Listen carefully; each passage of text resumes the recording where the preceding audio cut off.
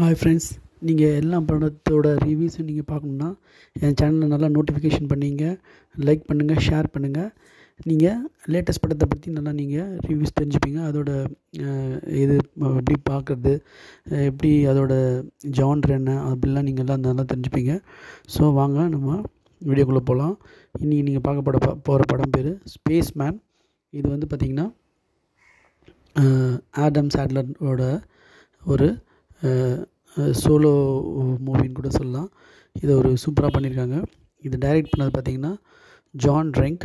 இதை writing credit வந்து Jerusalem கல்ஃபர் கோல்பிடே. இதோட நடித்தவங்க பார்த்திங்கன்னா ஆடம் சாண்ட்லர், ஜாக்கப் ரோஷக்காவை நடிச்சிருக்காரு, கேரி மொலிகன் லிங்கான்ற கேரக்டர் நடிச்சிருக்காங்க, பால் டேனோ ஆண்டர்சன்ற கேரக்டர் வாய்ஸ் மட்டும்தான். குணால் நாயர், பீட்டர், இசபெல்லா ரொசலினி அவங்க தான் அந்த கம்பேரிங் இதுக்கு வருவாங்க. லேனா ஒலின், பேட்டர் பெப்னெக், மரியன் ரோடன், சினிட் பெல்ஸ் மற்றும் பலர் நடிச்சிருக்காங்க. இந்த படத்தோட கதை பார்த்திங்கன்னா இது ஒரு சயின்ஸ் ஃபிக்ஷன் ட்ராமா.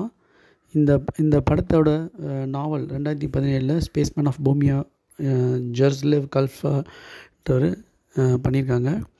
ஸோ இந்த படத்தோட கதை வந்து பார்த்திங்கன்னா 189 நாள் ஒரு அந்த ஜூபிட்டர் இதில் ஒரு ஸ்பேஸ்மேன் வந்து ட்ராவல் பண்ணுறாரு. அவர் சோப்ரான்ற மேகத்தை பற்றி ஆராயத்துக்கான இதில் இருப்பார். அப்போ அந்த விண்வெளி காலத்தில் ஒரு ஏன்ஷியன்ட் கிரியேச்சர், அது ஸ்பைடர் மாதிரி இருக்கும், அது பல கண்களை கொண்டு, அந்த கிரியேச்சர் கூட இவர் எப்படி இருக்கார், 5000 மைல்கள் தள்ளி, மில்லியன் மைல்கள் தள்ளி 5000 இதில் தூரத்தில் இருக்கிறவர் அவங்க ஒய்ஃப் கிட்டே எப்படி காண்டாக்ட் பண்ணி பேசுகிறாரு, அவங்க ஒய்ஃபோட நிலமை அப்படிலாம் வந்து இந்த படத்தோட இது வரும். இந்த படத்தை வந்து 74th பெர்லின் இன்டர்நேஷ்னல் ஃபெஸ்டிவல் நிறைய இதில் வந்து திரையிட்டிருக்காங்க. இது நெட்ஃப்ளிக்ஸில் வந்து மார்ச் 1 கிடைக்கிது. இந்த படத்தோட இது வந்து பார்த்திங்கன்னா ரொம்ப ஒரு ஸ்லோவான ஒரு மூமெண்ட்டில் போச்சு.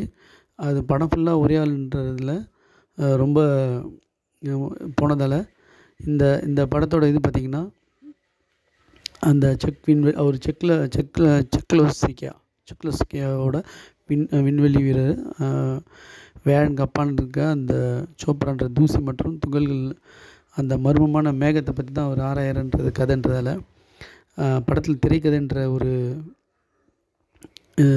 மூமெண்ட்டே இருக்காது. அது பாட்டு ஸ்லோவாக போயிட்டுருக்கோம். அந்த மனைவி லெங்காவையும் அவர் எழுந்துருவார். அது வந்து அவரோட அந்த ப்ரெக்னென்ட் லேடி இருக்கும், அந்த பேசுறது நிறுத்துவார். ஆனால் ஃபஸ்ட் எடுத்தோன்னா நான் நல்லா எப்போவுமே பேசின்னு தான் இருக்கேன் அப்படிலாம் சொல்லுவார்.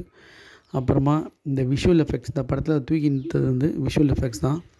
மற்றபடி மியூசிக்கு எதுவுமே அப்படியே ஃப்ளாட்டாக போயின்னு இருக்கும். ஆனால் அந்த விண்கலத்தில் இவர் எப்படி நகர்ந்து போகிறாரு, எப்படி வராரு, அதெல்லாம் மட்டும்தான் இந்த படத்தில் ரசிக்கும்படியாக இருந்தது.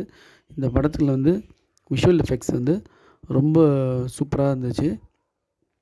அந்த கடைசியில் வந்து கிரியேச்சர் வந்து ஞானண்ணான்னு சொல்லிட்டு அது ஒரு